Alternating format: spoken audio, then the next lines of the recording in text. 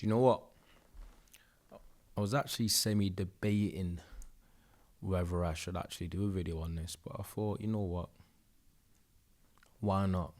Because I've got quite a few things to say, a few things to articulate, and to be honest, I just want to give Ian Wright his kudos, because it is international break.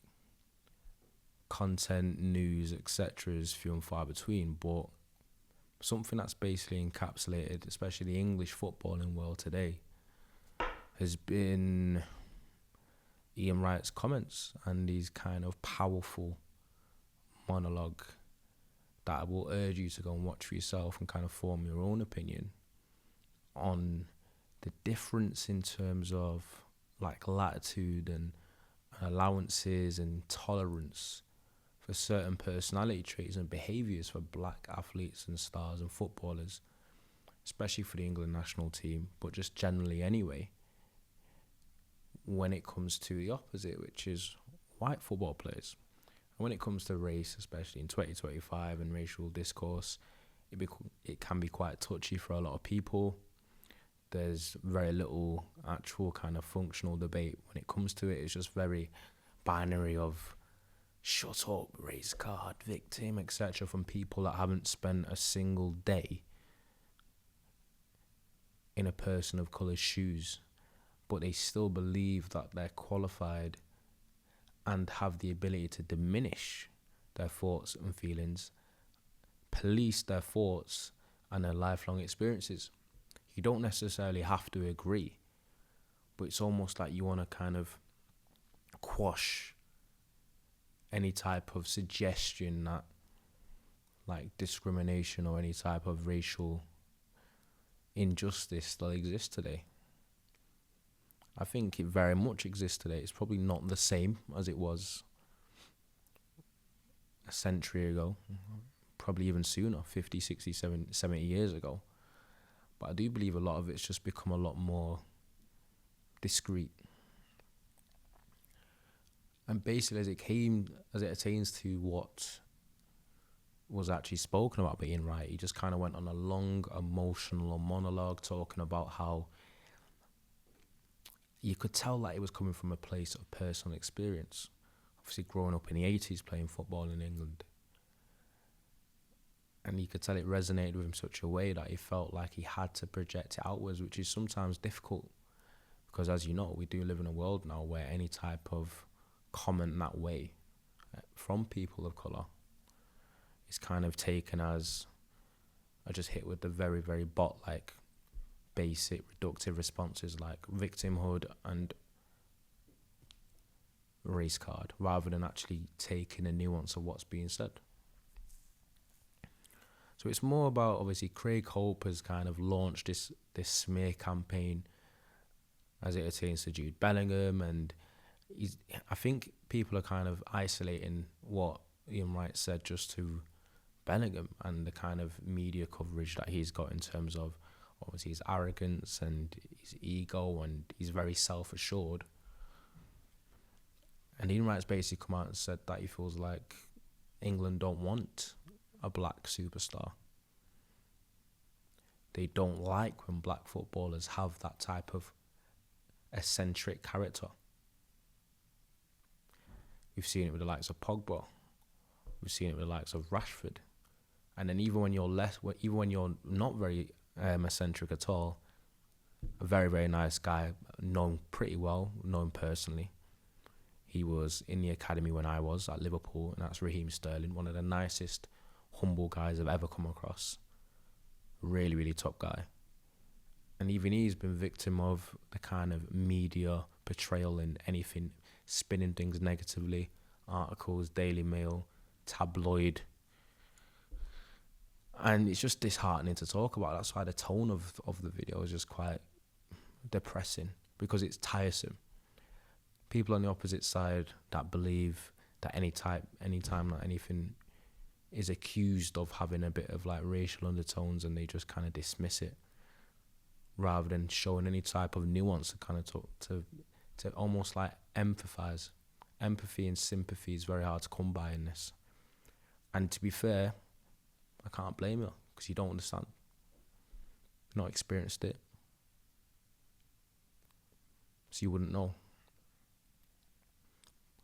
But I think it's quite sad, some of the responses. I think there's been a lot of support for what Ian Wright was talking about.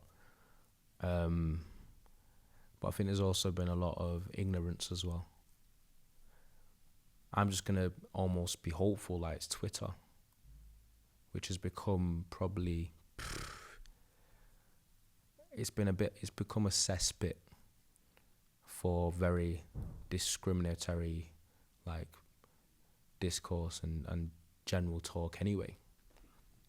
But I think the crux of what was being spoken about is he did mention Kante and how Kante was almost beloved generally because he had such a subservient and like reticent personality where he was very quiet, and the complete opposite. It was almost, but the kind of infantilizing towards Kante, I was always generally quite uncomfortable with, because it kind of reeked of having slight undertones. Because the thing is with things like this is sometimes people don't realise that there's a certain way they're thinking and feeling, because it's almost like it's subconscious in it. But it's the whole factor of Kante being a black footballer that drives a Mini Cooper, barely utters a word, doesn't speak, very submissive, subservient. That's almost the love affair towards him from the English media and a lot of people within England and football kind of seem like that's what the pin-up they want of a black footballer to be like. And then people can take this very binary and just be like, and then you come out with examples, one or two examples about, oh, what about Maguire? What about David Beckham? That whole outliers disproving a general trend type of gimmick that I find really, really tiresome to deal with as well. Because I think the fact of the matter is, if you just compare to the kind of visualization of the likes of a Rashford and the likes of a Pogba and Bellingham and even like Raheem Sterling compared to people like Phil Foden and Jack Grealish, Paul Gascoigne, Zlatan Ibrahimovic, what would be the general consensus of a footballer having the bravado and character and almost the caricature of Zlatan Ibrahimovic if he was a black player? How would that be perceived? Would it have the same adoration? That's what things you've got to ask yourself. But I think it was very, very brave and confident and powerful from Ian Wright to come out and talk about that. Because even in the same instance, you've got Gary Neville that did kind of admittedly suggested that Raheem Sterling came to him in an England camp and said, I think he basically said to him, he confided in him and said, a lot of the criticism I've got in the media isn't just about football.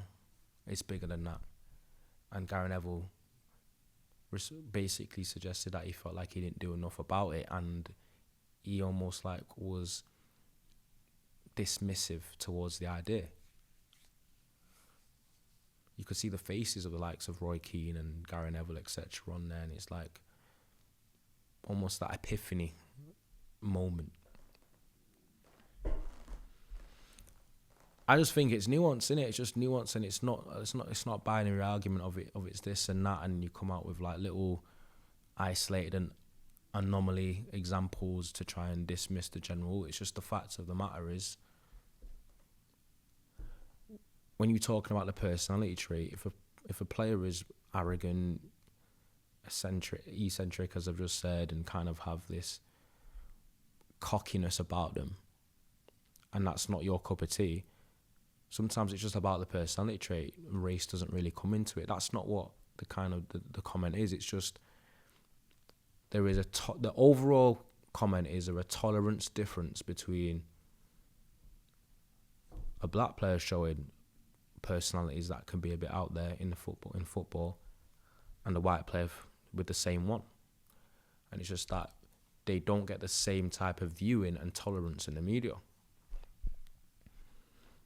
That's basically all he was saying.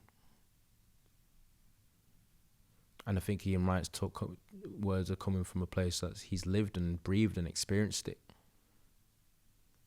coming up as a young black footballer in the 80s.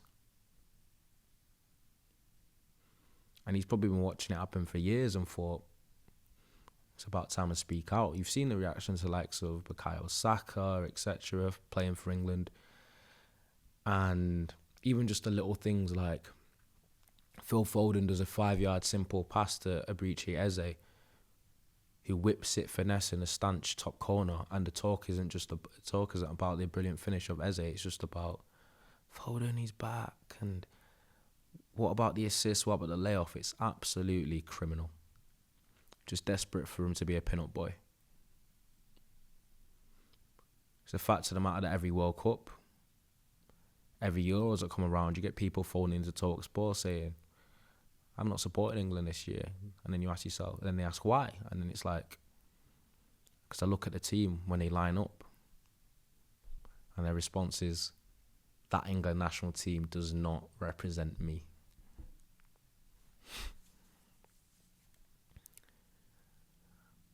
And I'm just do you know what? I didn't want to talk too much on it. I didn't want to project too much on it as well. I just thought I wanted to kind of speak about it in that certain way. Because it's a tough thing to still see. And I could come on here and talk about my experiences as well. In the football, through football as well. And how you're kind of smeared with a kind of stereotype as well that you almost have to fight against. And I think that's where a lot of the love for Kante comes from, because it's almost like he's an opposite of what they'd expect. So it's got this kind of like over-adoration for it that is quite uncomfortable because the undertones that it does carry. But I urge you to go and watch the overlap. I'm going to put the link in the description myself for you to go watch it yourself, because I don't think I can do it justice from speaking on it. And then you can draw your own conclusion. I just feel like the witch hunts and the media portrayal, particularly as it pertains to the England national team, probably heightened by the kind of social dynamic of how England is at the moment. I just wish we could all get along and it was all the same and everything was rosy, but unfortunately it isn't. But that's it from me. Go and watch the video. Hopefully football soon so we can move on. But have a look at what Ian Wright had to say and make up your own mind.